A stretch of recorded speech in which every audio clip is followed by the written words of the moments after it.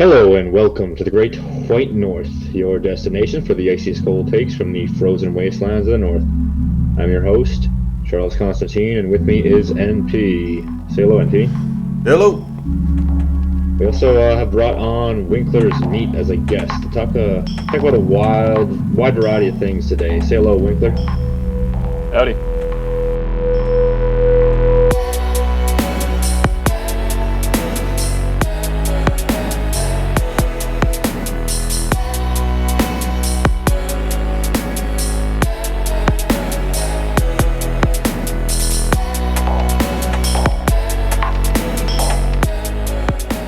How you boys doing tonight?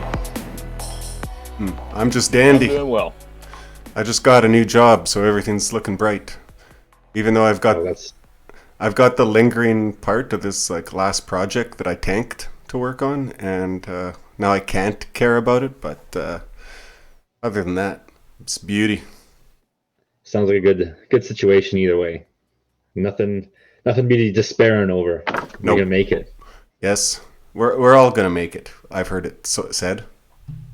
Wag me. Wag me. Speaking of making, well, let's dive right into it. We got Winkler Nice. back. He was on, I don't know, some 20 episodes ago. And we talked about some nationalism stuff. But he's been making some music since then. Can Yeah, you I tell guess you us? could say I've done some personal development, some leveling up. So yeah, I decided to kind of dive into making music on the computer. Um, Currently going by Escatonic, and yeah, so I guess we're just gonna talk about making what it's like to make music in today's day and age, and maybe a little more on the lines of for kind of our guys making music. Because I mean, after all, I am completely and totally amateur at this still. Uh, so I can't really tell you about how the big players do things and whatnot, but Well, I can give you my perspective for let's sure. let's remind everyone that Marshall McLuhan said amateurism is the way of the future, and we'll go from there. Because you know Yeah. what? I actually asked two professional musicians, both of whom were on the show at different points, and so friends of the show, and but they make music all the time, right? And I was Mm. like, oh, can I get a track that we could use for intro, outro, whatever? I'll even pay you a bit or whatever. Nothing. I go to Winkler here. I'm like, can I nab some of these tracks to put in our show? And you're just like, yeah, just grab whatever, put it wherever. I'm fucking based. Yeah, that's a Well, really good point. it's not doing this. I didn't jump into this on any kind of dream of like, you know, playing on a big stage or whatever or anything like that, or making lots of money doing sound design or something like that. It's just, I enjoy it, and so I'm doing it. No, I was going to say that's a good point because I think in these sort of uh, tribal networks that we've been building, that's what we can rely on a lot of the times is just guys that have, you know, amateur skills and they can just contribute them on their free time to other guys that happen to need it. So I think it's a pretty good development overall. And it's so far, I've seen it come in handy in a wide variety of ways, and this is just one example of that. Now, I want to get in specifically what kind of music you've been making, Winkler. Can you give us a rundown of the stuff that you're into? Yeah. So, I mean, just in terms of what I've been making, it's just, I don't know, generic electronic music. I'm not aiming for like a particular style or anything. Um, there's a whole lot of different like virtual instruments and stuff that I can add in, and so I can go for a more synthetic sound, or I can go for a more natural sound. I mean, I've got my DAW open right now and just kind of working on a little something, and I've just been messing around with making like a guitar work. And I don't play guitar, but I've got a a MIDI roll, like a piano roll, that I can just write notes into, and it'll play it for me. So Cool. so What yeah, just program do you use for that? general. I use Reaper. Cool. So yeah, I was actually just thinking about this, and in hindsight, I could have begun doing this like years ago, because I've had my nice computer for a few years now. Um, but I never knew that like an affordable option like this existed. So like the big two uh, DAWs is Ableton Live and FL Studio. They're like the big shots, full of features and all that. It comes with a whole bunch of stuff, but they're like hundreds and hundreds of dollars. Like Ableton Live is almost $1,000 US. It's just retarded. Whereas this is chock full of features. And it's like fully customizable. You can change the layout and hotkeys and like whatever you want, and color schemes, like everything. And it was $60 US. So it's Nice. like massive, massive value buy. If Is there's there anybody a listening that like wants to get into it, go for it. is there like a good community making samples and stuff for it too, or like instrument? Oh yeah, well, so one of the interesting things there is like for the DAW specifically, there's a community. You can A good way to think of this DAW is like it's like Ableton and FL Studio are like the Windows and Mac of the scene, and Reaper is like Linux, except it's not gay and retarded because the people who make it have a profit motive, and so it's not just like filled with tyrannosaries and all that kind of garbage. Linux is still mostly pretty good, except for a few of those stories, but we won't get into that. Yeah, and but in terms of like samples and stuff, one thing that we're seeing, which is we're seeing everywhere, and especially like in our groups and stuff like that, is this increased tribalization and like niche internet communities. So for like samples and stuff, there's sort of cults of personality that form around certain like artists and stuff, and they'll like live stream with their audience who also dabble in music production, and they like share samples with each other, and they do challenges and stuff. And I think it's the whole idea is really cool. Like, okay, everybody, we're using this sample today. You've got 2 hours to make the best like minute long thing that you can, and then we'll battle it out, right? Like beat battle style. Awesome. So there's a whole community there for that, and Oh yeah, is that there are directly tons of them. associated with our guys, or is that just a separate little community? I mean, I haven't seen anything like that from our guys. I think that's a little bit more just like general kind of normie sphere, It's like this is the kind of thing you can find on like Twitch, I guess. I don't really have the time for watching live streams though. Kind of, have a life, and so can't just go out of my way to watch somebody on their schedule. Yeah, I always have so much shit posting to do. I never get around to that kind of thing either. It's so true, and you only have so much time in the day, and I gotta check my esoteric, YouTube videos every day. Got to go through that list, and then I got to go through my chats and stuff, and then it's like chores. Yeah, it does become a chore almost. But a lot of that stuff sounds kind of like what we were talking about with Matt Parrott on our last interview. These niche little communities that build up instead of being this mass society. Everyone's tapped into the same mainstream media, and you have this like homogenized culture. Now it's just splintering because of the way that you can do these things like live streaming these productions, and everyone can jump on and they can all pick up the same skills because, well, you have YouTube and you have now affordable equipment. So whether it's making music or, I mean, anything else now, you can basically become an amateur in anything that you want to try out. And then there's a community for it you can just jump right into. And so I think there's a lot of power in recognizing that and getting to work on the things that you want to have so that you can contribute something to your community. It's good seeing that stuff out there.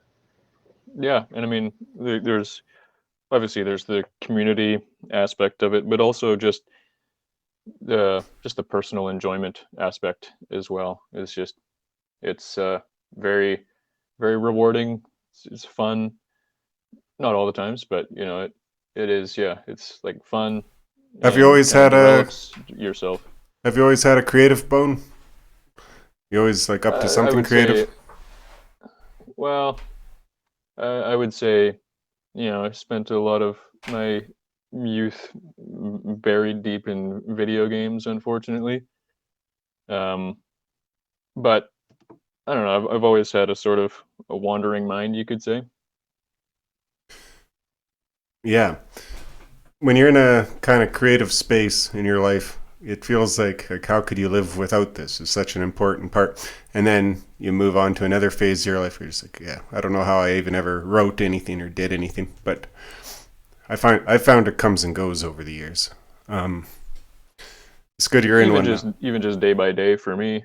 I Mhm. mean, I'm a carpenter, right? And so uh, some days I make more decisions or use my brain more than others.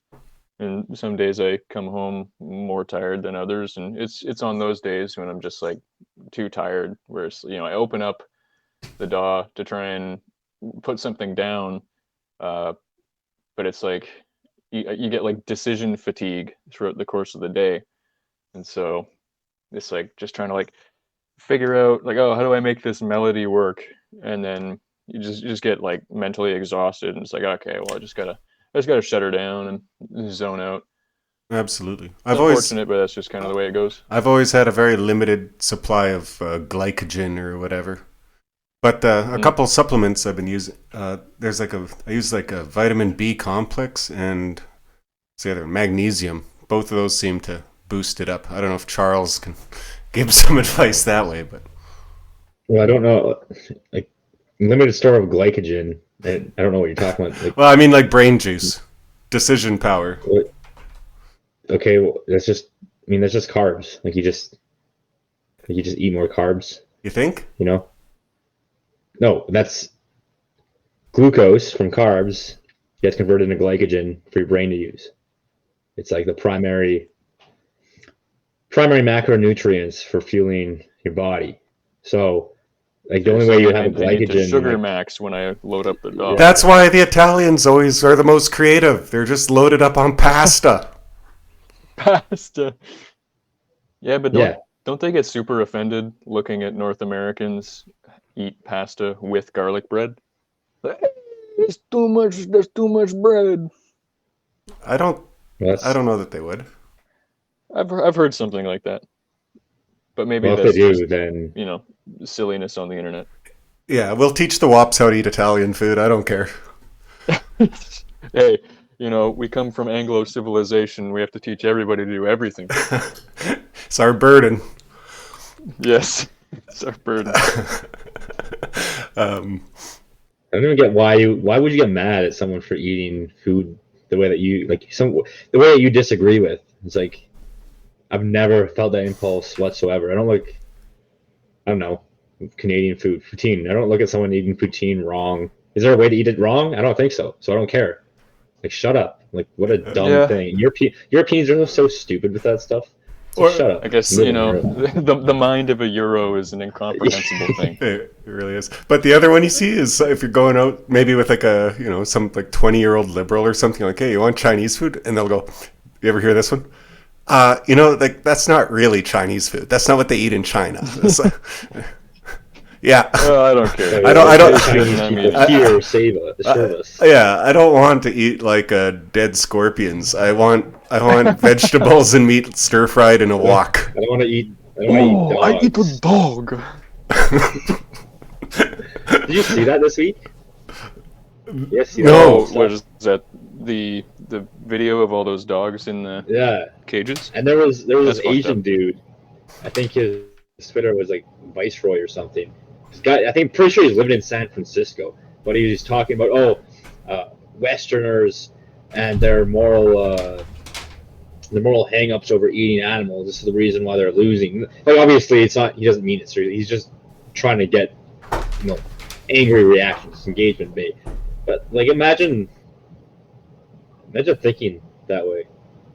Like, oh yeah, we're so tough and amoral. We can just eat man's best friend. No qualms about it. That makes us superior. Like, imagine, just disgusting. Yeah, I really wish they'd truly, stop eating every one of God's green creatures.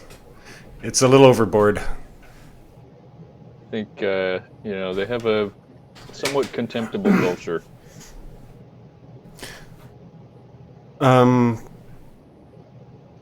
Oh, let's talk about that briefly. I said stir fry and a wok, and it reminded me of the TND meme that's been going on.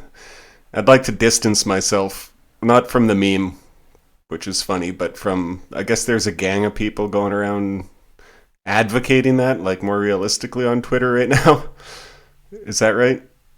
Well, they're doing this whole bit where if you aren't all in on like genocidal intentions, then you aren't serious, because every single attempt to advocate for yourself automatically implies someone else dying somewhere. Like, that's what some of these people are actually picking up on, that, and saying, yeah, you're soft if you don't embrace the death of other people because you advocated for yourself. I mean, it's just agreeing and amplifying the libtard narrative around us.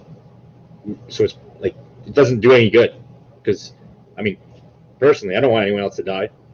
That's actually not a good thing at all. And second of all, that doesn't even follow. It doesn't actually logically follow that advocating for yourself means, even by extension of just, we're getting our due and separating, suddenly that means these people can't provide for themselves. Like, it's actually just objectively wrong. Like, that's not how it's going to play out. I think I can see the the thread of logic behind it when you consider that resources or resource acquisition is essentially I'll just push back on that really quickly, because the reality is we all have access to the same technology, and resources aren't as scarce as they once were because of that technology. And I think that's an outdated meme. And then the second thing is, the people pushing this aren't actually sincere. Like, this isn't a sincere group of people that are like genuinely wanting to advocate. They're just trying to take up space basically in our sphere, by being as edgy as possible. They're not genuine in any sense, as far as I can tell. They're just tearing everything down. If someday aliens, I get that. Some massive alien civilization visits, and they teleport out all white people, and they teleport out all, say, Asian people, and they put us in one big racial thunderdome, and they're like, you fight for our entertainment, only one of you can leave. At that point, I might change my moral stance, but in fact, I probably would. But until then, I just don't want them here. That's really the end of it. I don't care what they do over in Han China or wherever else. I wish they'd quit eating dogs, but that's all. But what am I going to do about it? Just don't do it here. Well, there's kind of there's a proportionality of like the violence, you could say, to proximity, right? The more, like, the closer they are, the more severe the inevitable like violence would be. Whereas, like, somebody on the other side of the planet, the competition for resources is like, the overlap there is incredibly slim. Whereas if we're talking about like two, like, communities versus communities kind of thing, that's when things kind of get more real. So that's where I can see the logic on it. But yeah, no, I do agree that it's really kind of ghoulish to be like wishing that, And basically the problem that you run into is, as soon as you say, yeah, no, that's not really any of our interests, they go in and they hit you with, oh yeah, see, you're just a cuck, you're cucking on this issue, you're not serious. And then they cultivate that. You know what? Let me just be the first. Yeah, I'm cucking on the genocide issue. I'm a big genocide cuck. What are you gonna do? Yeah, and that's exactly the response. They again, it's all about cornering the market on looking the most edgy, and so their goal really is to just get an audience that is into that and into nothing else, and that basically, what is that going to amount? It's not going to amount to anything real. All it is just going to bog everything else down and go nowhere. Yeah, and I mean, I think for them, that's kind of a dead end strategy, anyways. There's always going to be some form of audience for that kind of thing. But in terms of like, if you're trying to pull like our guys, I mean, our guys are really moving away from that kind of direction. I mean, things are getting a lot more local, a lot more real, a lot more wholesome. At least I've noticed. So, No, 100%. yeah. So those are the kind of people that I think are just safely ignored. Their opinion just doesn't matter. No, and I don't think you'll see those. At least I haven't seen those people in real life. Like it's not like these people are really out there involved in anything. So, yeah, they'll be cornered off into their own sections, and no one will ever see them again. The silly thing is the real activists. Like I think I just saw this. Like Mark Collette, Sam Melia, Lord Haller, like all the patriotic alternative. They all got banned from Twitter, but all these people that are pushing the TND stuff, they're still on. Like they're still going. So that's kind of like you think, Elon, do something properly with your site, like get this working. But Yeah. no. Do you think he's still taking instructions from the ADL then? Well, the question would be why are you allowing these like genocide accounts on Twitter and like getting rid of the people that are just building community, right? Yeah, and the only reason I can think is that he'd be taking instructions from some other group who would be keeping lists like they used to do with the ADL, at least with the old management. But I wouldn't shock me if they're still doing. Like who knows? I mean, there's the whole Thiel thing, right, with BAP and Thiel and all that stuff. To the extent that any of that is actually connected, but there is a vein in that direction, and those types in that general sphere seem to get promoted the same way that these like TND accounts do. But Well, yeah, I think it's an almost like a hands-off way of, well, so there's like the typical pattern of the Zog machine is like, create a problem, then supply the solution. But this is almost like a way for them to create the problem in a hands-off way, right? They remove some culpability from themselves. They can kind of like foster this space for, like genocide advocates to kind of, air quotes, flourish and to be increasing in numbers. So then they can point to it and be like, oh, look at this huge problem. Well, here's a solution. Yeah, the best crime is the one you convince someone else to do, and they have no knowledge that you convinced them to do it. That's the cleanest way to get away with a crime.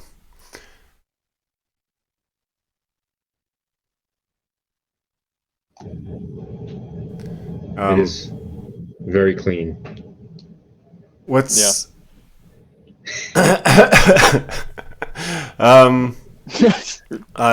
Radio silence. That's how I know I said something cringe. Good quote. It was such a good quote that it stunned me into silence. Sorry. And now, it's totally how is I supposed to follow that up? We're supposed to say no. This has been another episode of the Great White North. You're wrong about that. Maybe it was a little on the nose. Anyway, well, what else is on the docket? So Winkler, we were talking What are your thoughts on the death of postmodernity here? We were talking about this in a different group chat, and we came across the notion that like everyone we've talked almost to death on this show and elsewhere about kind of the epistemic crisis and how everybody like lost grips with reality and how reality is like now unknowable through the news or through media due to like, image manipulation and things like this. But where do you think that's headed? Well, something that has just popped into my head here is when events of history become like too distant, they become too far away, they kind of uh, become apocryphal. And I think that's kind of to do with um, like the lack of context for the people viewing it uh, kind of creates that apocryphal nature to it.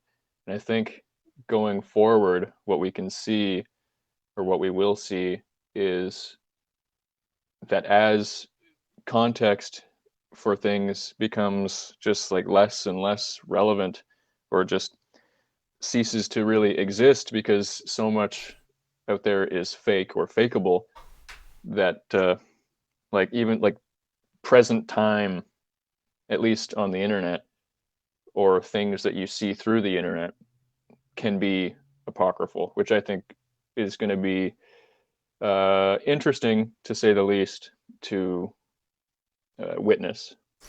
The funniest meme I saw this week that exemplifies it is 2023. The government.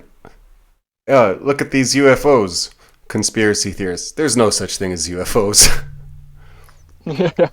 Whatever.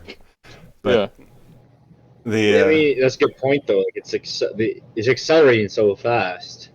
Um, what even constitutes a conspiracy, for example, mhm. um, and what doesn't, and um, when do you actually trust the news and when do you not trust the news? Because yeah, sometimes you get completely wacky information from a conspiracy theorist that's completely wrong, and you could actually it turns out the news was correct on a particular issue. And then Sure. sometimes it's the complete reverse, and it just like we just keep going further and further from any sort of set point, um, that you kind of end up relying on your own local information, and that's about it. Well, what do you think of Yeah. this phenomena where people, almost no matter what the event is, are like, this is just a distraction from X?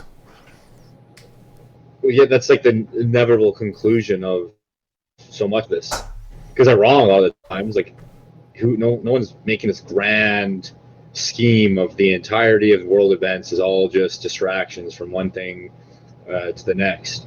But at the same time, there's kernel truth where certain things are distractions that don't actually really matter. But it doesn't mean that the people pushing them are intentionally trying to scheme you. They just like it's something to push, something to get people engaged in the audience, sorry, in the media. Yeah, And I would so, say yeah, things I would say generally things that get pushed by mainstream media or even the mainstream algorithm of social media uh, is often either a distraction from another event or just plain old a distraction from the things you need to be doing in your life. I mean, I think that's probably, one of the biggest things actually is like, yeah, sure, there's all of this crazy shit going down and nefarious plots and schemes are unfolding. But there are things that each of us need to be doing in the day to day that we are getting distracted from by like the news and stuff like that, you know? People gather around the water cooler and they got to talk about something. It's going to be the sports game or what's on TV or something in our shared environment. We don't really It's have like, shared environments anymore because we all live in our own apartments, which all look the same, and there's nothing worth talking about in there. and Um, so all talk becomes idle talk. yeah. Yeah, if we have no actual reference to shared collective understanding, then everything is just shit posting in the group chat. Well, that's the interesting thing that I've noticed is it is from being within a group chat where you can have a common collective understanding. You share the same memes, you pick up on the same sort of lingo. You have a little subculture for the given group chats that you might be in. The issue is so many of them are just from across space. So in real life, when you go out, the water cooler, for example, yeah, in those spaces, you don't have any shared. Because like a lot of people, okay, they all normally will watch the hockey game and stuff. They might be up to date on that, but outside of that, there's like no news that they're all geared into, because you can even find the average person. Like one guy might actually be into Joe Rogan, and the person's into some other, like, they might actually just be an ironic CNN listener, but no one has a shared central point of reference. So then, yeah, you're left with basically nothing. But when you end up in real life with the people from your chats, then you end up bringing topics. You have a shared locus of interaction because you've been cultivating a sort of mimetic language, and you pick up on the same sources of media, Sure. and then you can have those conversations in real life in that context. But Right. it's very specific how it's constructed. I go over to visit my parents. I'm like, hey, have you guys seen Serial Experiments Lane? Yeah. It's a good show, man. I enjoyed it. I just watched that the other day instead of the movie Charles wanted me to, because I completely forgot, and I thought it was deadly. But What was the movie you guys, Charles? What was the movie you wanted him to watch? I think it was called The Devil's Company. I will watch it and we will cover it. I It was shit the bed about as usual. it was like a World War II movie, I think, and it's about a special operations unit that was a combination of Canadian and American troops, and so it's just about like Canadian and Americans interacting with each other, prepping for like World War II missions. So Okay. lots of gems in it. Is that the movie where the clip comes from of The like there's bagpipes. the Canadian Yeah, regiment is like yeah. super orderly, and then there's the like total That's disarray that's exactly the American. movie you're thinking of. Yeah. Oh, okay, I yeah, just Good thought might of stuff. have to watch that. something in the news today that ties in directly to what we're talking to. NATO released a tweet that said, like, we're all Captain Marvel and fucking a Oh, yeah, they Smurf, said Papa Smurf, Ukraine is, yeah. whatever, Felix the Cat, and the bad guys are all Hitler and I don't know, Darth Vader Voldemort. Voldemort. and Yeah, Thanos. and this was like right from NATO, and so they're like desperately scrambling to find some shared piece of a North Yeah. American consciousness to appeal to, and all they can come up with is, I don't know, Funko Pop shit. You know, as Mosley said, it's truly like super poignant. We live in a period, and like wow, whew, so true. Yes. This actually reminds me of another thing. I might as Played well. baseball once in high school. Oh boy, yeah, no shared experiences. We were just talking about that. Yeah. But anyway, What does this remind you of? What were you saying? What does it remind you of? okay. Well, no, there's a segment I'm going to introduce on the show, and it's called Quick. Charles is going to whip NP into shape. What? There's a new segment called Charles Oh, is going to I'm whip. gonna make you work out, and Yeah, and so you we're don't gonna get your ass beat in boxing anymore. yeah, some of that, and also just get me up to the fitness standards, because I gotta say it's been like I was doing good, and then just in the last few months I've really fallen off the wagon. So it'll be Yeah. fun for Oh. our audience to follow you have. along on this journey. So, yeah, go do. You have 12 push-ups to do right now. Mute your mic and go Oh, do 12 shit. push-ups. Okay. No, don't mute your mic. How is everybody gonna know he's doing them if we don't hear? Talk in the background. I can do 12 push-ups in 10 seconds. Okay, go do 12 push-ups right now. He's doing them. I don't know, Physical 5, fitness is 6, 7, 8, 9. Oh, that one didn't count. Do it again. 9, 10, 11. I finished them, 12. but your count was actually dead on, and you were spookily accurate about a lazy push-up. So I'm like, are you inside my walls? That's awesome. You have to legally Nice. tell me. If I ask you if you're inside my walls, you have to tell me. Yeah, I moved into the middle of Saskatchewan 2 days ago. You didn't know. Yeah, he's gnome, you know. Yeah, it's true. Yeah, you're back on track for looks maxing. So what's the fitness standard? What's the Well- minimum there? I think you gotta, in my opinion, I think you gotta be able to pull off 25. So here's what we'll do. Next show, No, I can do 25 push-ups. No. Let's start me where I'm at. I can do like a probably 50 or 100 maybe. Like how many sets? No, shut up. You can't. What do you? I can definitely do 50 push-ups in a set. Right now, Well, with the set, the way I saw you last, I don't know. no, If you can, I'm gonna push-ups are easy for me. Like pull-ups are tough. My cardio's bad. Can you do 5 pull-ups? No, I can probably do like 3 right now. That's what we need to grind out I think then. push-ups are probably my worst body weight exercise. Pull-ups a lot easier for me. That's And different. with doing boxing training, the cardio is pretty on point, I'd say. Boxing will get you there. Yeah. Unfortunately, boxing alone did not get me there. I would have to like run more on top of it. Because you go train for an hour and you're moving quite a bit, but it's different than you need to be like sprinting and stuff. Yeah. Oh, Yeah. dude, I don't know if you're doing the right drills. If you're not like fucking heaving No, like I'm like afterwards.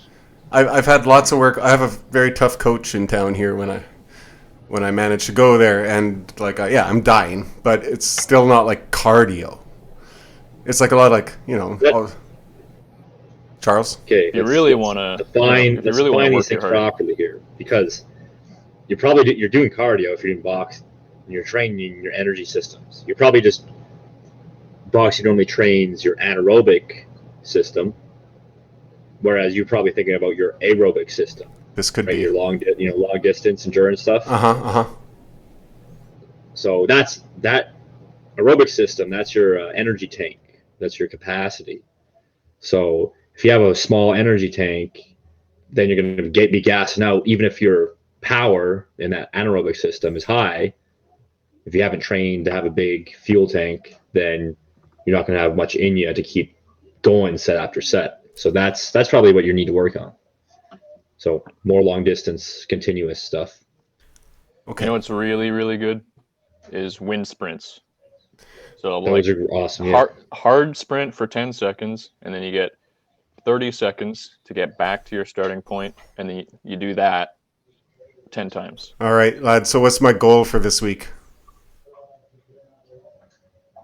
Well, do do at least one set of 10 wind sprints.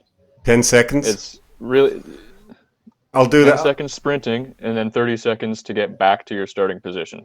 Okay, I'll do that. I'll do By that the 3 end of days. it, like on the 9th and 10th set, you're like, you're really gassed out.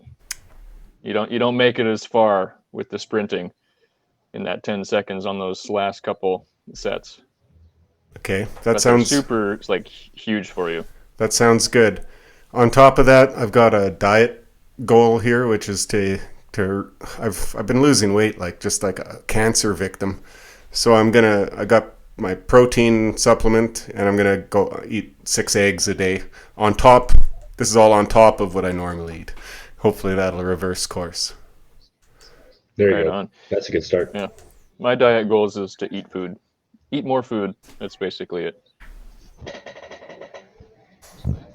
And I have such an active job, and then, working out, like going to the gym, and then also doing boxing stuff. Plus, I just have a naturally high metabolism.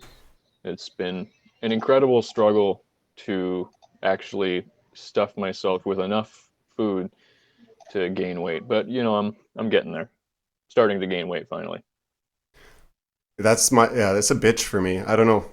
My heaviest I've ever been was 195, but I was like fat. Like it wasn't healthy.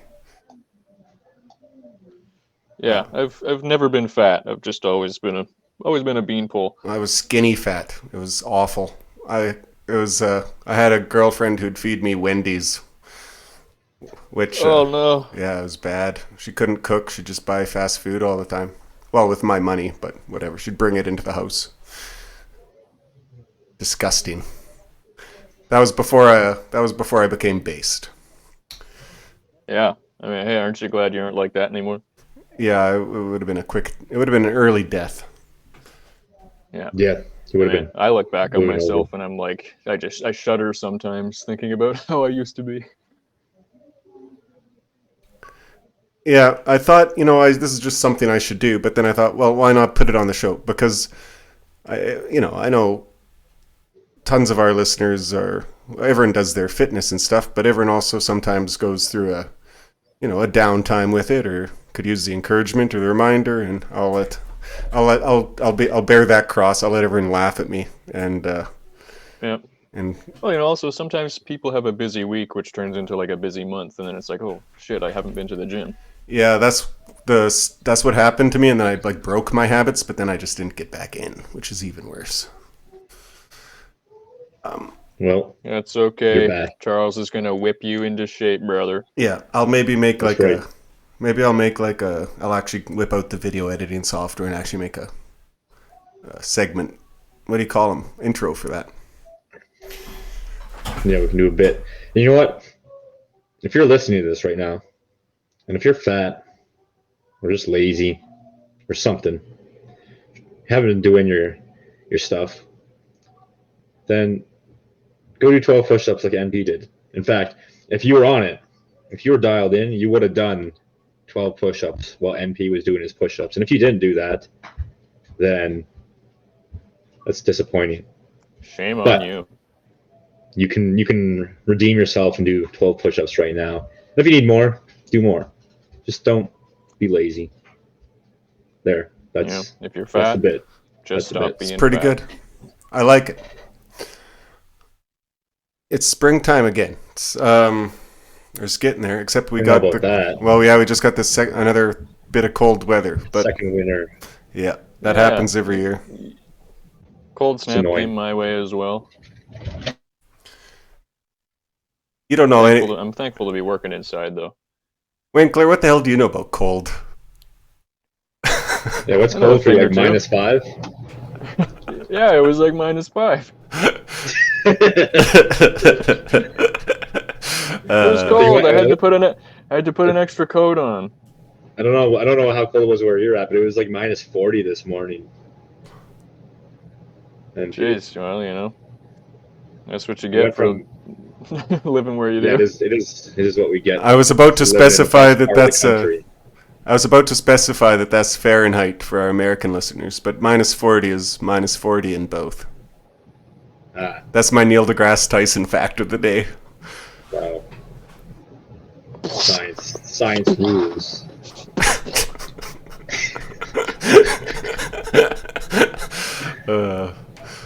Oh boy. Well, I'm kicking Winkler off the show. He may return, It's been fun, guys. and we're gonna play your music. I'm gonna keep using your music for the intros and outros until your lawyers contact my lawyers. Yeah, for sure. Well, I mean, I don't know if I'm ever gonna get any, especially considering most of their last names. But yeah, I don't know. We'll see. All right. Well, it was great having you on. Yeah, it was great being here. Yeah, cheers. Have a good one. Yep. How's it going this fine weekend? Oh, really good actually. Started that new job, which I'm Dilbert now, in case anyone was wondering. Oh yeah. Yeah. Yeah. My whole life's just like I don't know what I do for a living now. Because we use, I think it's called like a cross-sectional matrix corporate hierarchy. So I'm something to do with hardware. I'm not systems, I know that much. Anyway, I'm Dilbert. Yeah. And then everything's going good. How you been the last bit? Pretty good. Yeah, it's been awesome. Honestly, lots of good things going on. Lots of training, lots of community stuff. You were just All in texting all, me been- that before you were playing hockey with some kids and you made them sing the national anthem before the game. No, they did. I didn't even. No, they did it on their own account. Oh. Like, it was just typical, like your community hockey game, and then everyone's like, "Let's sing the national anthem," and then everyone there, like from the kids to the adults, they all just started. They lined up on one of the lines and just started belting it out. That's Really wholesome. adorable. That brings a tear to my crusty old eye. Yeah, well, that stuff still exists out there. It's silly to try and talk about. Oh, everything's so over. Be black-pilled, and like you didn't even go to your local ODR. Like you're like pretend to be a Canadian and a real nationalist, and you didn't even go to the ODR. Like, what's wrong with you? What is What are you it? black-pilled Oh, outdoor about? rink. Yeah. Yeah, okay. Wow, can't believe you even know what ODR. That's pretty sad. I've never been a hockey guy. Just Yeah. Time to get deported. well, I liked floor hockey. I was never much of a skater. I know. Yeah. That means you're getting deported. Okay, well, that's fine. Send me back to Scotland or something. Iceland. Yeah, I'll live. I'll go jump in the volcano.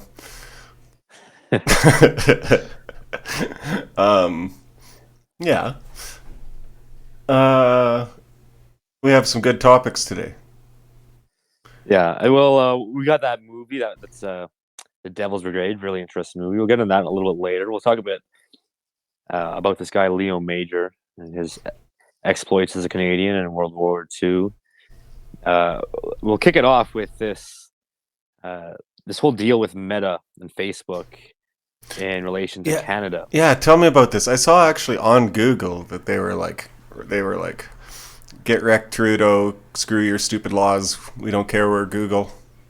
Vote against this. Yeah, it was something basically it's Canada's Bill C-18, and it would require places like Meta, Google, Facebook to agree to deals that would compensate Canadian media for the links that are posted on those social media sites. So it's like What? Canadian government trying to get their journalists paid because they were shared on a social media platform. So, right. So that's what this Bill C-18 is. Wait a minute. Does that go for shit posters as well? When Manslow posts CON, you know what I mean? And that gets 10,000 views, then he should be paid for bringing traffic there, right? No, only Canadian state affiliated media. Oh, it's a shakedown. As far as it looks like. It's a shakedown. Yeah. Like, I feel like I should be against like American corporate interests versus the Canadian government. As a Canadian nationalist, do you think our position would be obvious? And it is. It's just the opposite one of, like, I'm on the American corporation side on this one. Well, there's two aspects to this. So there's number one, there's that traditional, Canadian or American corporation colonizing Canada kind of, there's that narrative. But there's also just the fact that this is, they talk about globalization and all, an international community, right? Yeah. And Canada is one of the biggest proponents of this notion. The Canadian government, yes. The current Canadian regime, yes. Yep. And yet, the vehicles for this globalization, largely like the social media companies, suddenly Canada wants to try and stifle them so that it gets its piece of the pie out of it. So it's just funny how that's kind of contradictory to what they push for. Because you're like, oh, you should be open to having this free access, because, they're American corporations, but they're used worldwide. Like, it's not really exclusively American anymore because it's connecting the entire world. And then so that kind of narrative of Canada, America contrasting has been superseded by the more global notion, the internationalist notion that these corporations occupy. And yet the country, the regime that pushes for this internationalism the most is so clueless that they think it's smart to demand payment for their journalists from being shared through these international media sites. Like it's insane how dumb, like how out of touch. Why don't the... you know what I would do if I was Google? I would agree. Yeah. I would sign every piece of paper they put in front of me that I'm going to pay the Canadian, the CBC and whatever, for every link of theirs that I share. And then I would immediately and thoroughly scrub them from the database and never share another one of their links. I would range ban them and block them. I'll be like, yeah, I'll pay you. You know what? I'll pay $1,000 a link, and then I would make sure that it was just physically impossible to ever share such a link again. I'll pay you $100 to fuck off. Yeah, that would be excellent, because then those places would cease to exist. If you're a business and you don't exist on Google or whatever, that puts you on about the same level as Rick's Hacking Corner .onion. Yeah, on the dark web. Like, I hope, you know what? I hope they go through with it. I hope they pass the law, and I hope they get banned from the internet. Nothing could actually make me happier. Yeah, I don't see any point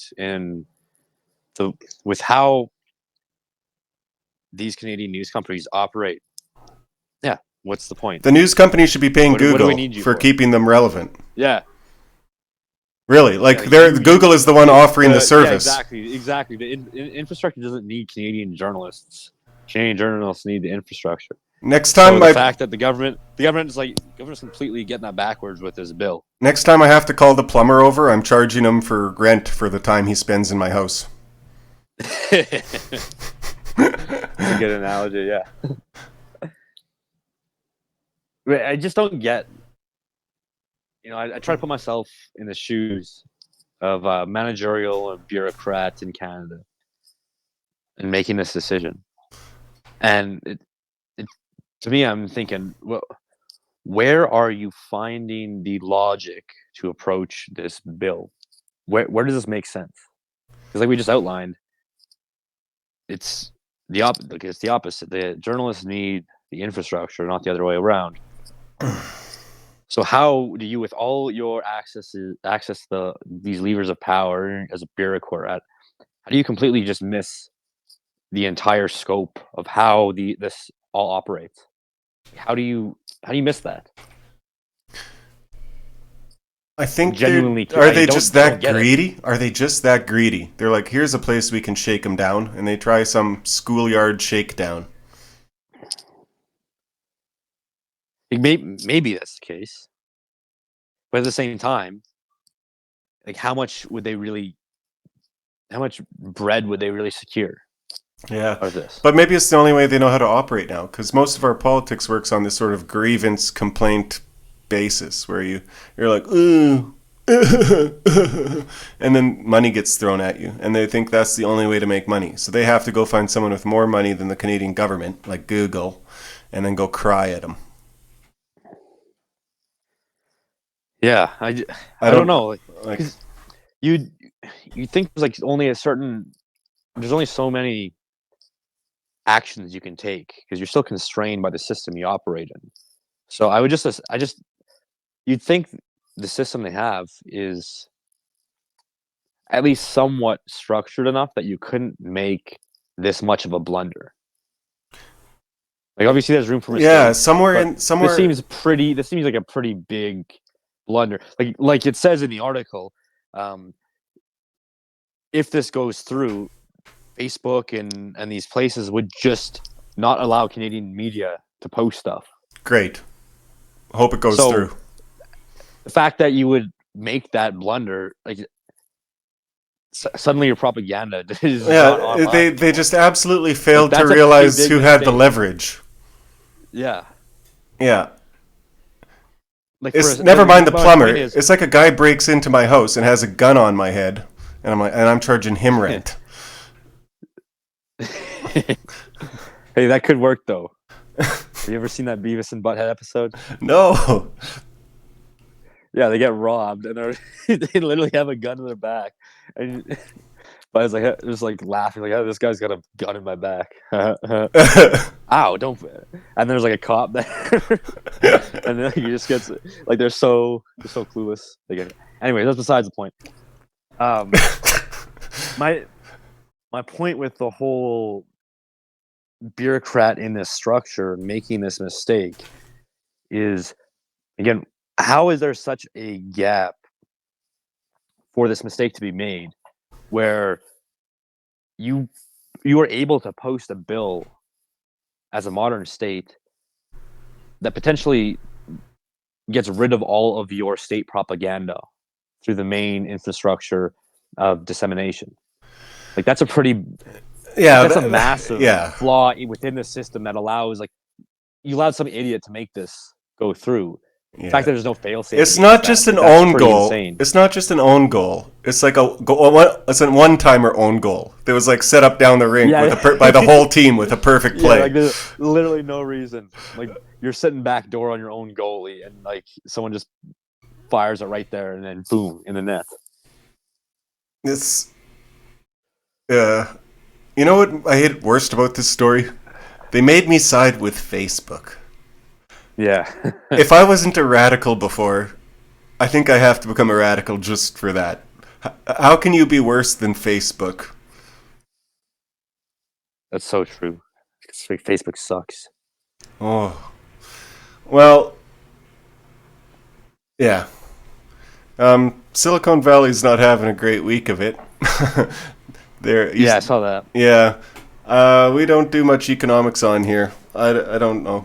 I don't think there'll be a major bank failure, or like bank run or anything like that. Yeah, I'm with Jim Cramer on this one, but see, it's pretty tough sell to follow Jim Cramer's line. But so I'm siding with Facebook and Jim Cramer this week. It's not looking good. No, but that being said, you're probably right. Like, it's probably not going to end up that big of a deal. I think there's probably going to be some tertiary effects, and I think some people that have money in some places probably might be smart to move around. That's not advice, but my point is there'll be some tertiary effects, and some people might have to move stuff around to avoid those effects. But for the most part, it's not going to be this big, just boom, everything's over. As long as my credit union Fat Cat saving account is good, then I'm happy. That's all that you need. Yeah. Were you old enough to have a Fat Cat account? Nah. No, that might have been gone by the time. When I was a kid, your mom would drag you to the local credit union, and they'd set you up and had the kids account. And I don't think it had a debit card no, they didn't even have debit cards when I was a kid. Yeah. It was a savings account for kids. They had a coloring page, whatever, and the mascot was a fat cat. I'll have to post it. It's our older viewers might remember. It's pretty wholesome banking story. Yeah, that sounds like boomer stuff. Yeah, it's 30-year-old boomer stuff. Actually, I'm drinking a Monster right now. No. Yeah, we're recording a little earlier in the day than usual, so I have a Monster instead of bourbon. I thought we had other... So, let's talk about this movie. Yeah, like, there's not really much else going on in the news, so we'll get into that. This movie, The Devil's Brigade. So I made you watch that. How long ago did you watch it now? 4 or 5 days. Okay, so it's gonna be a little bit fresher for you than it is for me, because it's been almost a month now for me. But basically, the premise is it's World War II. Mm-hmm. You have special operation unit in America, the American military. Guy wants to put together a force, and it's going to be a combination of American and Canadian troops, and they get mixed together, and some awesome stuff ensues. Yeah, well, okay, because here's kind of the trick. And it's the worst of the worst, like American troops. It's a bunch of like released prisoners and like a rapist and thieves and draft dodgers. that kind of thing. And then it's the best of the best Canadian troops, all spit shined and playing the bagpipes, perfect. Like, and this is a movie I would say, whether you're Canadian or American, you should watch it because it's not some A-list top tier movie, but it's just good fun and you can just connect to it really absolutely. well. It's from 1968 and it all holds up really good, except maybe the last action scene. Yeah. But the bar fight's probably one of the best I've seen. In the bar fight's awesome. That's amazing. But the big scene I think everyone would recognize, you've probably seen it around somewhere, is you have these Americans just beating on each other. Massive infighting going on in the American camp. The guys that they pulled in, like NP said, worst of the worst. And the was it the major or the general? They can't get them under wraps. And as they're fighting over just like it's just the dumbest, the silliest little thing, like what is it over? Just misconception goes. They're like, I think they were like playing cards or something. There was like a misconception. Sure. Anyways, like, and then the whole camp goes into an infight over it, and then you have the bagpipes and the marching band is playing off in the distance, and they all stop and turn their heads, and you got this Canadian band, Canadian platoon just marching up, in perfect unison, synchronized. They're in like their kilts, tartan, full deal, and just line up perfectly in front of these guys, these Americans, and they're all in line, and they go like by the book on military operation. And their commander gets them right in check, no problem, and just shows up the whole American camp. Okay, there's a first thing you might recognize this dynamic about like the worst of the worst Americans teaming up with the best of the best Canadians, and you'll recognize that from nationalism.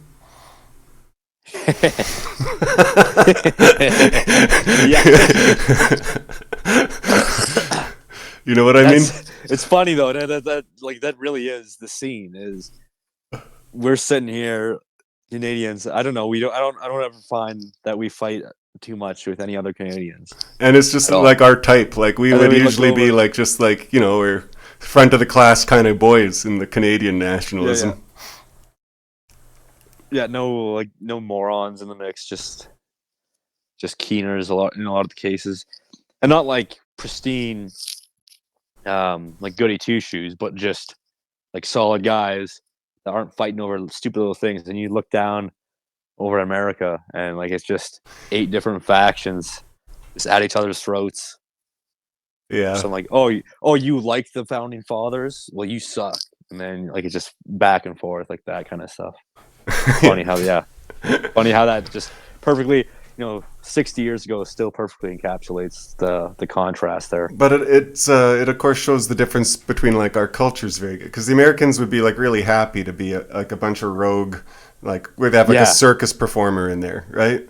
Like Americans like this, they like being outlaws. They like not, they don't want to be.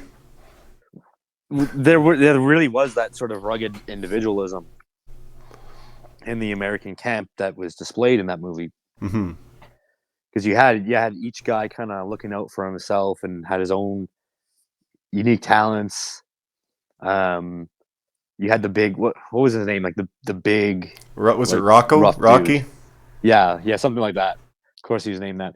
But yeah, he was like, I'm gonna, he's like beating everyone up on his own kind of thing. Mm-hmm. And then the Canadians come across really orderly. But as we see later in the film, they're also rugged. They're able to be just as rugged as the Americans. Yep. So you have this sort of rugged individualism with the Americans compared to the rugged orderliness of the Canadians. I think that was a nice way to contrast those two. And I feel like both Americans and Canadians would be like, yep, that's us. And we'd both be happy about it. And we'd both be like, glad I'm not the other guy. No, that's so true. Yeah. But then, of course, everyone ends up friends. Yeah, because they go through they're living together and they're just pissing each other off constantly at first. So you have the Americans are really intent on getting under the Canadian skin because the Canadians have a Yeah. really strict code of conduct Mm-hmm. where no retaliation, nothing on the line, no reason to be fighting. We don't want to be like those Americans. The Americans are insulting them constantly because they want to draw a reaction. Even the dumbest insult I've heard in any movie ever. Like there's Oh, yeah. Sergeant Peacock, and he goes Peacock. It's like a 5-year-old. But of course, Sergeant Peacock is not impressed by that at all. No. And yeah, the Canadians, you can tell they're frustrated because they know they can just go off on these guys. Like they could light them up. Because that's what you see later on. They bring in again, it's slipping my mind. There's too many names. I can't remember his name, but the fighting the guy with specialist. the glasses, the combat specialist. He reminds me of someone we know. Actually, how he looks and stuff. yeah. But he comes in and he just again he looks kind of like he's got these glasses on and unsuspecting, and the Canadian commander kind of just lets him go. He's like, this guy is here to teach everyone how to fight. Yeah. And then Americans go right back to talking. The American commander, to the major, the guy in charge of everything, is the one who lets him do that. Right. Okay. Well, yeah, because it was a Canadian commander that was keeping all the Canadians from retaliating the whole time. Yeah. And finally, the guy that running the whole project lets this guy go off on the Americans because they can't help themselves by mocking everyone. So then the Rocco guy, big American guy who's used to beating everyone up, this unsuspecting looking guy, combat specialist, just like puts his ass on the ground, right? Yeah. So finally, it's shown. Oh, maybe we have to deal with these Canadians more respectfully now. Mm-hmm. Because of that. Yes. Oh, who hates Rocco the most? Is it the feisty little French Canadian guy? Yeah. And No, I think no. Or maybe that's it. There's also a smaller Scottish guy who doesn't like him much. But yeah. Yeah, because then they also do that big march. Right. That's when they start. March. They start to get respect for each other. They do a big ruck. Because the Canadians are all pushing the pace on them because they've been trained for it, and then finally they get to the end and they're starting to compete, and then they go off in a little race. Mm-hmm. And Greco that's the first time the American overtakes him at the very end. Overtakes the French guy at the very end. Mm-hmm. And then gives a big morale boost to the Americans who've been so used to, being behind, looking like they're unordered and out of shape. And then it goes from there, and they start pushing each other back and forth to keep getting better. Of course, the moment that I think they really come together is the bar fight.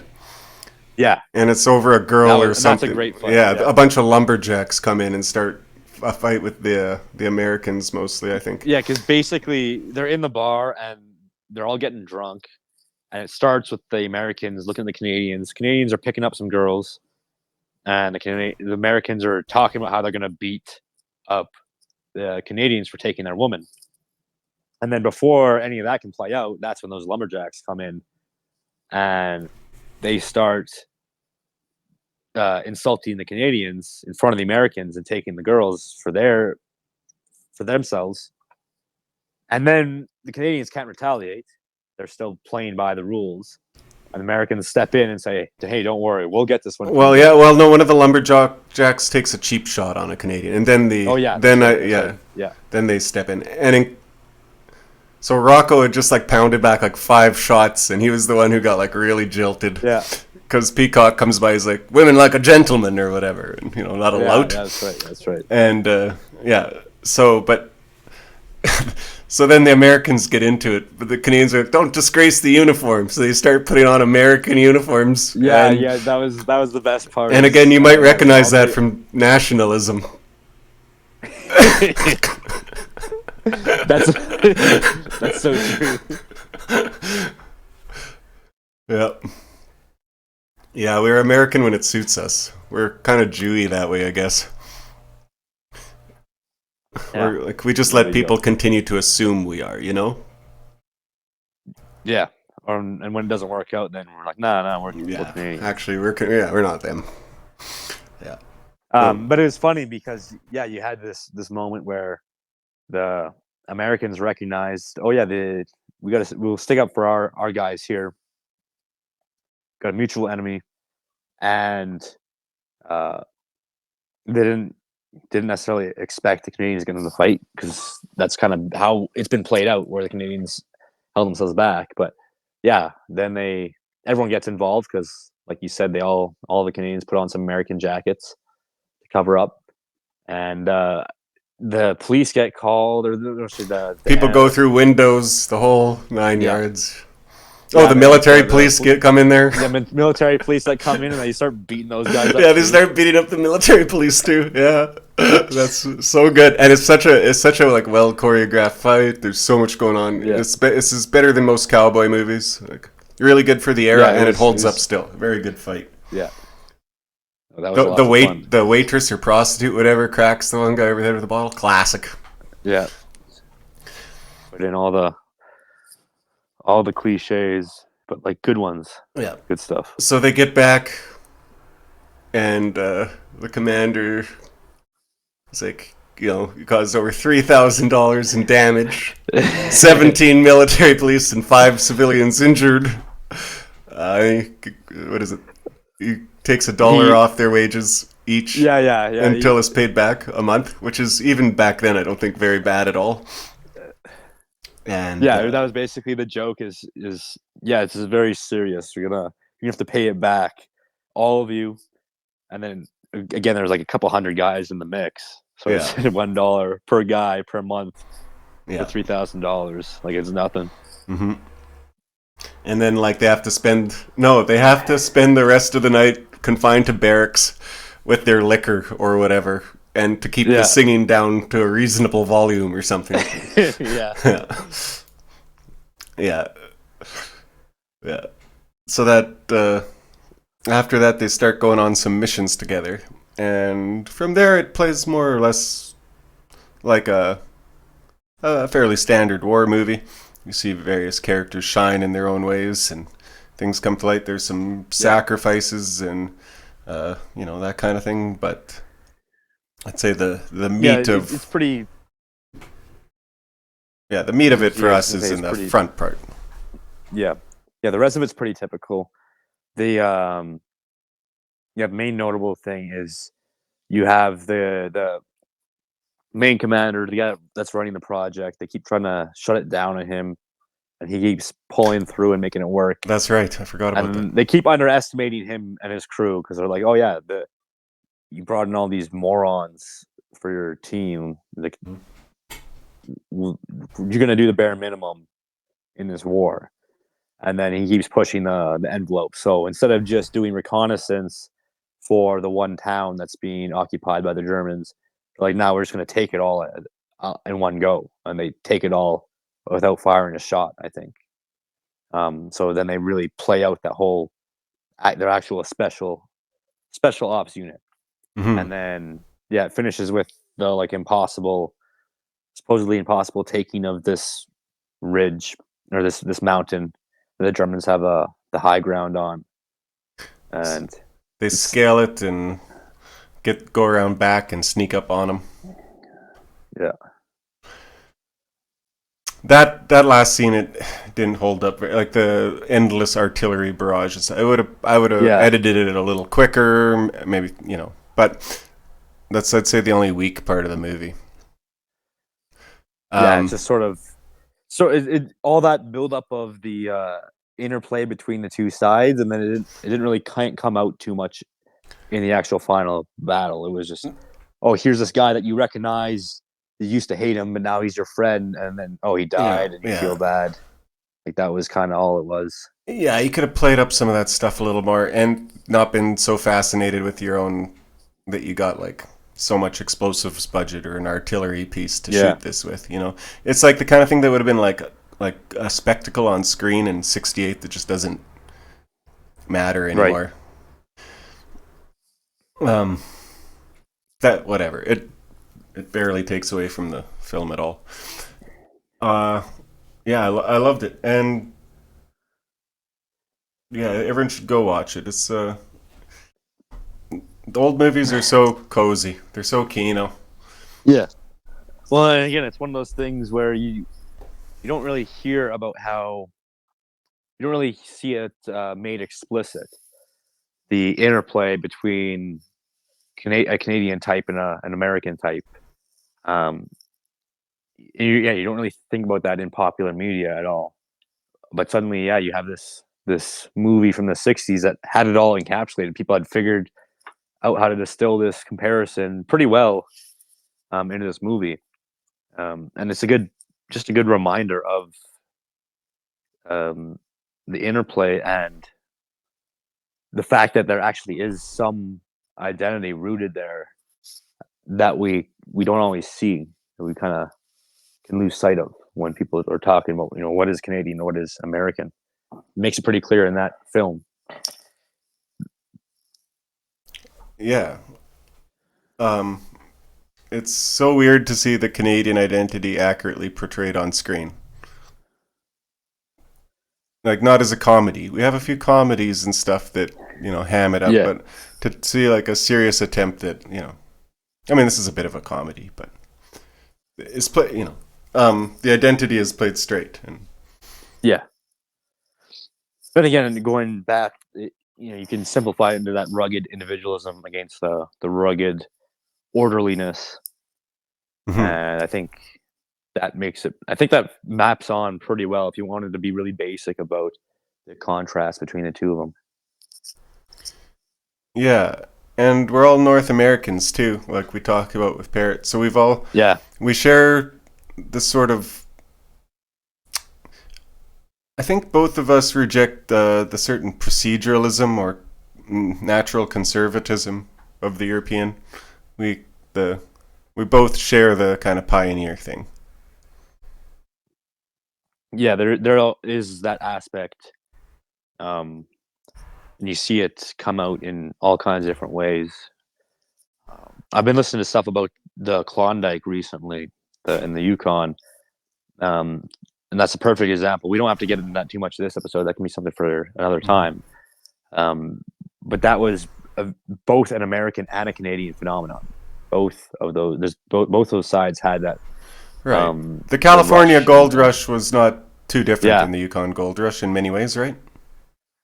yeah. Well, and even the Klondike Rush had a pretty large amount of Americans made their way up to that Mm-hmm. as well. So, but even something as simple as the French Voyageur, you have like it's all over the place, regardless of whether you're in the States or in Canada. It just ultimately formed into something slightly different, depending on where you were. Yeah. I guess a more interesting contrast is against the Spanish, who did things quite differently Yeah, in North America. yeah, But that's a whole they other. also encountered a very different sort of native when they got there. Yeah, So well, and if you talk specifically about South America, like that was the empires, the Incan and the Aztecs specifically, like completely different um, types of empires than the tribes that brought North America too. So that's another whole um, dimension to that contrast. you were telling me that this Devil's Brigade isn't really based on a true story, but there is sort of a Canadian war hero that might have influenced it. Well, I don't know if he influenced it. It just reminded me of some of the things I've heard. And we don't have to do a super deep dive because I don't have all the details about this figure off the top of my head. But there's this guy, Leo Major, famous Canadian war hero from World War II. Uh, and the reason he's famous is because in 1945, in the Netherlands, I mean, you look at it's like the Wikipedia chart about the belligerency of Canada and Germany, and it was Leo Major and I guess his partner Wilfred Arsenault. And they're trying to liberate this city in Netherlands, Zwolle, and it was a city occupied by the Germans at the time. And it was basically they have the graph. It has strength on the one side, Canadians 2, strength on the German side 1,500 plus, and then casualties on the Canadian side 1, casualties on the German side 100 plus. There's some real Zulu And- stuff there. Yeah. So basically, this guy Leo Major single-handedly liberated this town as well in the Netherlands from a German force of over 1,500 across the Gestapo, the SS, and the Wehrmacht, and that's what he's famous for. Now he's also involved at Normandy, I believe, or yeah, invasion of Normandy in '44. And he was doing crazy stuff at that time too. He captured a German half track by himself with communication equipment, codes. Yeah, that's a good he's prize. just like a one-man army. He's a Rambo commando type, eh? Yeah, literally what that guy. He loses an eye and continues to fight. So in this famous thing, this liberation of his wall, he's fighting with one eye. Keep in mind, and his partner Willie Arsenault, I believe he died due to injuries before the liberation even started. So realistically, yeah, like Leo Major did this whole thing by himself, French Canadian guy, and basically he goes into the town. Before he gets in there, he gets Norwegian peasants. He stays up in the barn of this Norwegian peasant who gives him the rundown of the German positions, and then takes it and just runs with it, and literally gets into this city, and he makes himself sound like there's like a whole platoon, basically. Like he's all over the place. He's lighting off grenades in one section while he's in a completely different section. It seems like there's attacks from all over the place, and ultimately he liberated the town and got the German military to leave the city, and then he contacted Dutch resistance, and they ended up getting it back. Like that's the long and short of it. There's differing accounts of how much is exaggerated, but at the end of the day, he goes in there and comes out having gotten rid of the German military from this Norwegian town. Or sorry, it's not Norwegian, it's the Netherlands. Nice. It used to, when I started in this, and we got some fairly fashy sympathies.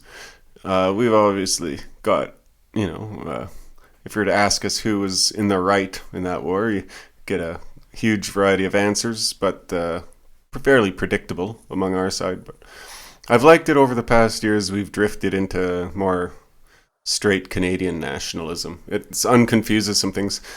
We can say that when we talk about these heroes, and we can ignore almost all the politics and everything behind it.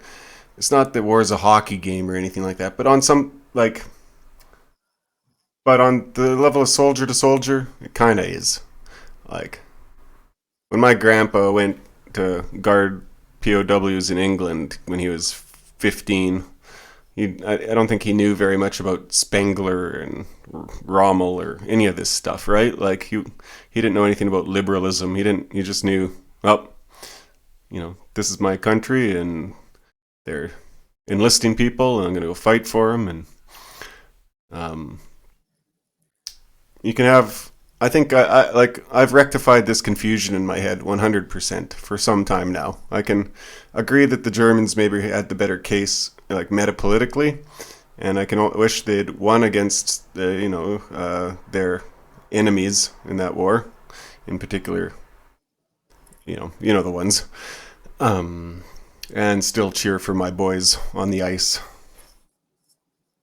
Well, yeah, I just don't get people that would be so obsessed with 1930s Germany that you would not be able to praise people from your own country. That, look, people like to talk up Germany a lot at the time, but here's the thing: our guys did better.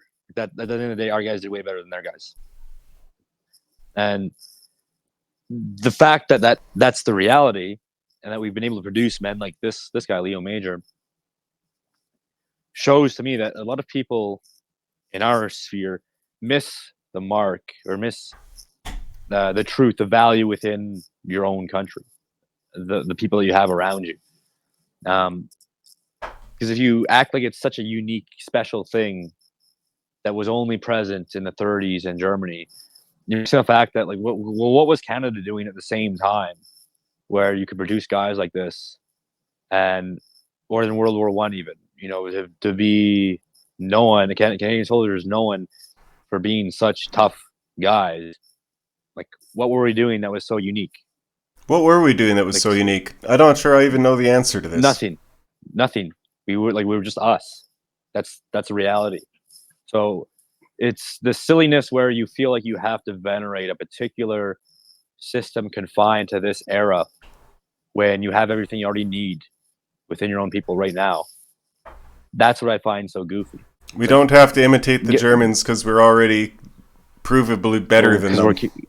Because we're Canadians, yeah. Right. We're already us. Yeah, well, yeah. You can even leave aside better if you wanna be serious about it. That's just it. Is we're already us, and for you to talk down on us because you had this warped perception because you view the world through online black pill, whatever, right? And there's a lot of people that are culprits for this, but the reality is, hey, this guy owned an entire. Like, he owned 1,500 Germans on his own. He's from Canada. So, like, I don't care what Germans did because our guy already, like, we have this. I'm going to, people make the point, oh, well, that's stolen valor. You're prideful for something that we couldn't accomplish today. Like, shut up. Like, you're an idiot. I don't know. We own the Germans. Like, cry about it, man. I mean, it's not the only field we excel in. We were just sharing Canadian music the other day. Yeah. Like, pound for pound, we're hitting way above our weight class in that. That's just it. Is no matter if you really want to pay attention to what's going on, there would be no reason to be upset with the state. Like, there's a lot of. I mean, yeah, there's a lot of problems. I'm not going to pretend like there's zero problems, but just to overlook the fact that despite all of that, despite all of these scenarios, we're still who we are. You have a grossly warped perception. So I think, put yourself back in line. Another place we excel is in our own little domain. Canadian nationalism, pound for pound, like per capita. We hit pretty hard in the sphere. Yeah, I would say so, yeah.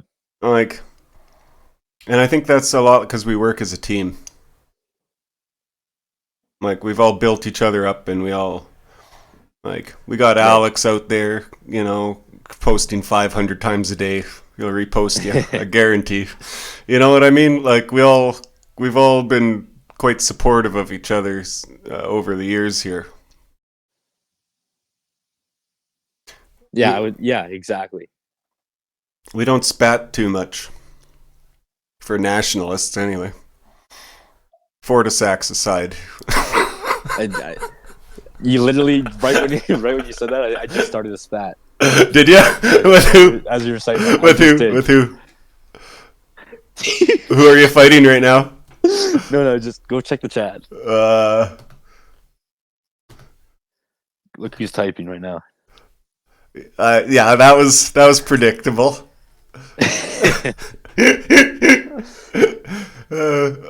He's supporting Nietzsche. Oh, well, it's on now, boys. Okay, we got to end this episode early. No, just kidding.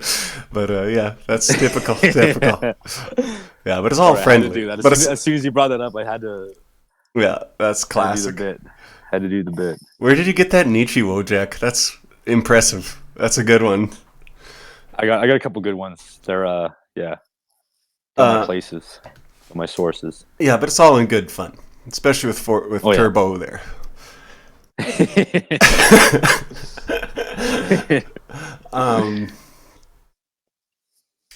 Yeah, there's like no major schisms in the Canadian, like in our sphere, is there? I'm trying to think of the last Well, one. I mean, you could say there's not really enough factions for there to be actual schisms. Yeah. Because it's not like you look at the states, you have Patriot Front, and you have groups that have schismed off of Patriot Front just on its own, not even Right. talking about, I don't know, NJP or all these other, Sure. whatever else they got going, Americana, all these other places, So even the groups that are there, there's already schisms within those groups. So we don't even really have that in the first place. It's more sort of just free floating guys that have their local communities, and they, you'll pop your head in an online space and be pretty cordial in that space and just kind of poke fun back and forth at each other. And yeah. Yeah. It actually makes me kind of want to get on Twitter because there's a bunch of friends out there I haven't talked to in a year. Yeah. How's old Mac doing? If you're listening, Mac, give us a shout here. Anyway, I'm in that kind of mood today. Nice. Actually, okay, maybe this hippie girl's rubbing off on me because this is the next thing I wanted to talk about, and I want I want the Christian perspective, or or your own personal one, whichever. But it's felt to me lately that like I'm fated to be in certain places at certain times. To like I was pushed away from my old job by various forces and signs and stuff to wind up like easily. Once I started heading in the right direction, it just opened up and I like landed where I should have been. And now this like new apartment's going to be the same thing and things like this. And I'm just like, the older I get, the more I feel compelled to believe in fate, sort of. That's just God, man. Yeah. So you believe like, is that what you call an interventionist God? Like where he actually he involves himself. Yeah, like God's involved in the world. Like he's not turned away. Now, I'm no expert, so I can't really get into the precise details, but the understanding, at least from what I understand, there's like this aspect of predestination, right? Where, again, how I understand it is like you have free will, but God obviously already knows how it's going to play out because He's ever present, omnipotent for all time. You think about like I don't know, think about like the book has already been written from front to back, Mm-hmm. and then the page that you're on is, that's just the present, right? Sure. You're just at that particular page, but it's already, so God sits as an author outside of the book. I know that's an analogy that's been used, but then the aspect of the free will within that is you can see the call, or you could potentially you can apprehend the call and lean into it or turn away from it yourself. Right? That's this is very interesting because I wrote a book. There's a high concept book about 15 years ago about destiny. There's like an actual destiny machine that like punches you get a punch card basically, like you get a pre-programmed destiny, and that actually matches the philosophy I came up with in that, or not came up with probably, but yeah, when I actually had to like mechanistically write out sort of the functions of destiny. That's what I came up with. So I don't know if that's because of my early Catholic upbringing, or where I pulled it from, or if I just got lucky, or if that's mechanistically the only way it can work. But I like the Christian view on that. I tend to agree. So, but I'd like to know more about free will then. It doesn't sound like there's too much room for it. Your choice is basically to accept your fate or not. Yeah, well, one way that helped me kind of put it in perspective is I heard a talk on the creation of the angels. So basically, when God created the angels, a third of them, like the moment that they're created, they either decided to obey God for eternity or not. So a third of them just said no. And the important thing to keep in mind is they knew in advance what that entailed. So it's not like it's not like us where we can kind of be blind at some decisions at some points, or be ignorant to the right, like what's in line with natural law, for example. We might be ignorant, like they knew the whole scope of it, the moment of their creation, and a third of them just said no, we won't obey. Like the pride. So this is Satan, right? The pride was so strong, such a refusal to be second in command, for example, that they said no, right? So that's sort of that ultimately what it comes down to is like, do you choose to obey what you've been called, or do you say no and turn away?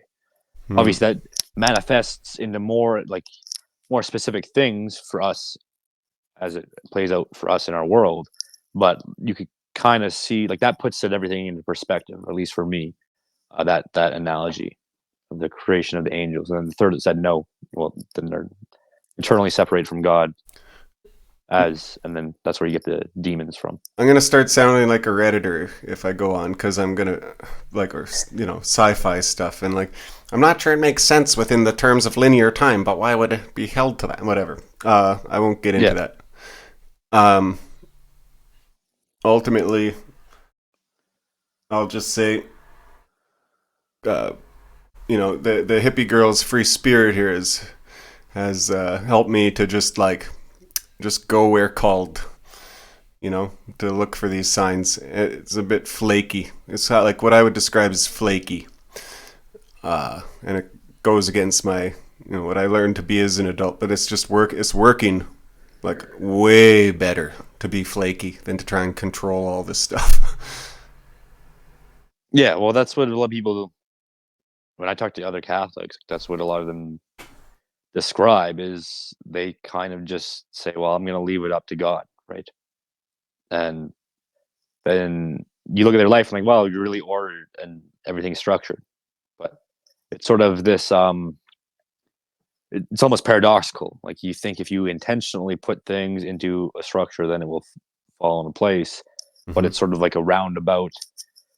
But when you think about it, that's how things really work in most places. Yeah, if you over-engineer something, then you're going to introduce 1,000 places it can fail. Well, yeah, or even think about like a chess game. Like, you never get to go A to B. Like, here's my queen going straight to your king. Right. You have to go forward, backward, sideways, and then everything has to fall into place before the path to that checkmate opens up. Right. Right. Like, it's not like just a straight line ever. It can be very, I mean, yeah, you talk about like grandmaster strategy. Yeah, you can make it pretty direct, but it's never a straight line. Yeah, actually the grandmasters have the most crooked plays of all. And you can't, they're hard to even see. And you're just like, wow, that was genius. I would have never seen that. Because it's so crooked. Yeah. Yeah, like you look at someone, you take that analogy and then you put it into someone's life and you say, well, how did that person end up in that situation? And it's like, oh yeah, I lost all my money and lived on the street. And then then I went back. Then now I'm in this position, and it's really, well, I got my big family and well provided for. Right? Oftentimes it's not just growth all the way up. So it's way more, yeah. The Protestants are the better engineers, and they're better at planning things, but they also kind of play it safe too much. Yeah, well, it's I mean, because we talked about that a bit with that George Grant in his book, The Philosophy of the Mass Age. But that Protestant notion of, oh well, we don't know what's going to go on with God there because it's hidden and we can't know him through his theology. So it's all about our work. And then that kind of takes out that mystery and says, oh, we have to do everything for ourselves. So yeah, then you become a lot more calculated. And my boss once literally said to me, no matter how much I ask, God's never specified any steel for me. Which I mean, he's right, but yeah. Yeah. It's not too far off from, we can't let God do all the work, which is my favorite brand of Fed post. I'm always torn. I'm so mixed race between Protestant and Catholic. I always find these sides of myself fighting. Yeah, Just be Catholic. yeah. Okay, well, I'll have to be what I am, but I'll embrace my Catholic side a little bit more. That means you have to go to church. Uh, I'll embrace. Yeah. Well, that's actually really in the cards. Although I wasn't necessarily thinking Catholic, sadly. Well, maybe because there's a French Catholic church I grew up in that's not too far away. So I was thinking of checking that one out, but anyway, I won't get converted here on air. Well, we'll save that for discussion. Regardless, it's not it's not off the table. It's not off the table. Yeah. What else we got going on today? Well, I think honestly that was pretty much everything I had in the books there. Because like we were saying, I don't know if there was that much else that was interesting going on in the news. No, So I find the news increasingly uninteresting. It's been a really slow news year, 2023. I guess the only other thing I can think of is you were having that big conversation about we were making fun of those right wing Twitter dudes talking about climbing the corporate ladder. Well, I don't want to look. I don't want to make too much fun of them because clearly they're 17 and have never had a job, and they think that the corporate world is like American Psycho. Yeah. It's not. The corporate world is Dilbert. I hate to tell you. I don't care how high you climb either. The higher you climb, the more Dilbert it is. You just more golf, more email. You will never ruthlessly and cunningly work your way to the top. If you try anything ruthless and cunning, you will be sanctioned, if not fired. Yeah. Well, and the funny thing with all that kind of talk about being a based entrepreneur and you guy in a suit and you have all these aesthetics, like 80s aesthetics. It's like, number one, that doesn't exist, and it probably didn't really exist to that extent. It's just you're just buying into these aesthetics for their aesthetics. And then number two, the reality of that base entrepreneur is just making like 30, actually probably a lot more, making boatloads of cold calls, trying to sell some garbage product, and you're getting rejected 95% of the time. Well, it depends what department really you're in. Like, you could be Elon Musk and you could be sitting there making up a bill of materials, calling suppliers, doing math. I don't care how nice your suit is when you do that. You're going to drink 8 cups of coffee, take 9 peas, and you're going to maybe forget your security badge on the way out, and you're going to have to go back through the front and get it. Life's mundane. I don't know what, I don't care if you're a corporate lawyer or what. Life's mundane. And if it's not mundane, then you're probably screwing up and causing drama, which will do you no good. Yeah. I'm sorry to break it to you, but here's the happy news. It's good that stuff's mundane and enjoyable. You were just out playing hockey and singing the national anthem with kids. I can't think of anything. I mean, it's maybe a little whimsical now, but it's mundane, and it's the best experiences of life. When I'm sitting there in the morning in front of my coffee in my cubicle, I'm not. It's the least glamorous possible scenario that a human being can be involved in, outside of a Punjabi toilet. It's the furthest possible thing from the LA runway that you can have. Yep. Well, I like it. All these guys, so many of these guys push these aesthetics of adventure and exploration and the ruthless corporate ladder climb, whatever it is. None of that's real. No. Because number one, you're not in that adventure. Even in the events that you get into the adventure, let's say you were on the Klondike Trail, you're heading up the Skagway Trail to get to Dawson City. Guess what?